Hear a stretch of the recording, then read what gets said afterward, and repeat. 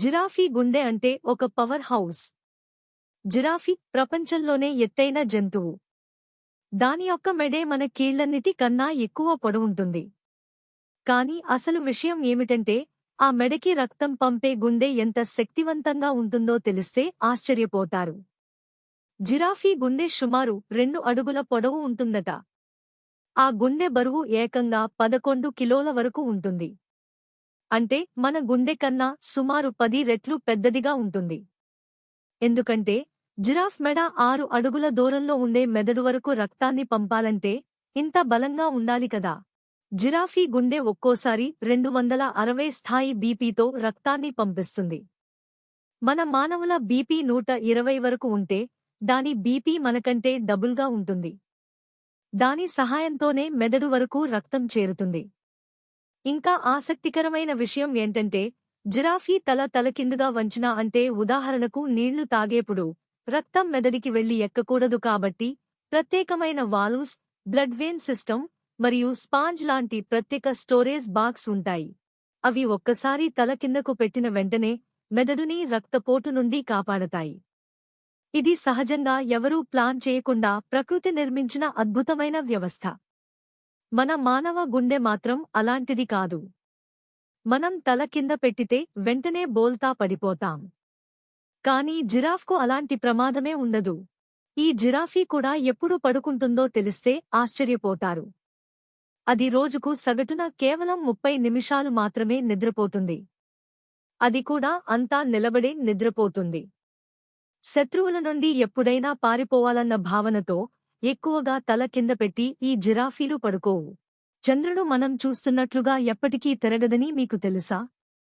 మనందరికీ తెలిసినట్టుగానే చందమామ రాత్రిపూట ఆకాశంలో మెరుస్తూ మనం చూస్తూ ఉంటాము. కానీ మీరు తెలుసా, మనం ఎప్పుడూ చంద్రుడి యొక్క ఒకే సైడ్ను చూస్తున్నాం. ఎందుకంటే చంద్రుడు భూమిని చుట్టే సమయంలో తన అక్షంపై తిరుగుతున్న వేగం కూడా అదే ఉంటుంది. దీన్ని సింక్రనైజ్డ్ రొటేషన్ అంటారు. అంటే చందమామ భూమిని ఒకసారి చుట్టేలోపు తాను కూడా ఒకసారి తిరుగుతుంది. అందుకే మనకు ఎప్పటికీ చంద్రుడి యొక్క ముఖం ఒకే వైపు మాత్రమే కనిపిస్తుంది. చంద్రుడు భూమి చుట్టూ ఒకసారి తిరగడానికి తీసుకునే సమయం సుమారు 27.3 రోజులు. అదే సమయానికి తన అక్షంపై కూడా ఒకసారి తిరుగుతుంది. ఇదంతా ఎలా జరిగిందంటే, వేల సంవత్సరాల క్రితం చంద్రుడు భూమికి చాలా దగ్గరగా ఉండేది. భూమి గ్రావిటీ వల్ల చందమామ మీద ఒక టైడల్ లాక్ ఏర్పడింది. దీనివల్ల సమీపంగా ఉన్న భూమి తన శక్తితో చంద్రుడిని గట్టిగా పట్టేసి ఒకే దిశగా తిరిగేలా చేసేసింది. ఇది ఒక విధంగా మనకు చాలా ఉపయోగపడింది కూడా. ఎందుకంటే చంద్రుడి మరో సైడ్ పై ఎప్పటికీ వెలుతురు అన్నదే పడదు. దాన్ని dark side of the moon అంటారు. అది భూమి నుండి ఎప్పుడూ కనిపించదు. అసలు మనిషి ఆ వైపు తొలిసారి అడుగుపెట్టింది ఇప్పటికి 60 ఏళ్ల ముందే. అది కూడా సోవియట్ యూనియన్ పంపిన లూనా 3 అనే స్పేస్ ప్రోబ్ వల్ల. ఇంకో ఆసక్తికరమైన విషయం చెప్పాలంటే, మీరు చూస్తున్న చంద్రుడు పూర్తి గుండ్రంగా ఉండదు. అది కొంచెం భిన్నంగా ఉంటుంది. ఉదాహరణకు గుడ్డు కొంచెం ఆకారంలో ఉంటుంది. అంటే దాని యొక్క ఆకారం మనం చూస్తున్న దానికన్నా భిన్నంగా ఉంటుంది. మనం చూసే చంద్రుడి సైడ్ పై ఎక్కువగా గడ్డలు, పగుళ్లు లాంటివి ఉంటాయి. ఇవి మొత్తం మీకు కనిపించే వైపు మాత్రమే. కాని రెండో వైపు అంటే డార్క్ సైడ్ చాలా భిన్నంగా ఉంటుంది. అక్కడ లోతైన గుంతలు, లోయలు ఎక్కువగా ఉంటాయి. గ్రావిటీ కొంచెం చాలా తక్కువగా ఉంటుంది.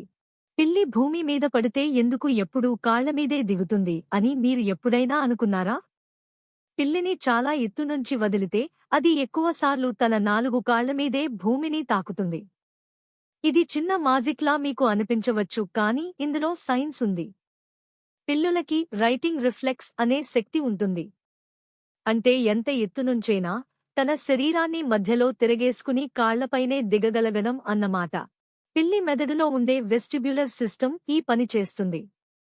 అంతేకాదు, పిల్లి యొక్క శరీరం చాలా ఫ్లెక్సిబుల్. వెన్నుపూస కండరాలు కూడా చాలా తేలికగా తిరుగుతాయి. అయితే ఇది ఎప్పుడూ వర్క్ అవుతుందంటే చిన్న ఎత్తు కాదు. కనీసం కొంత ఎక్కువ ఎత్తు నుంచి కింద పడితేనే తానేమీ గాయాలపాలు కాకుండా దిగగలదు. అందుకే పిల్లులు ఆత్మవిశ్వాసంగా ఎక్కడి నుండైనా జంప్ చేస్తుంటాయి.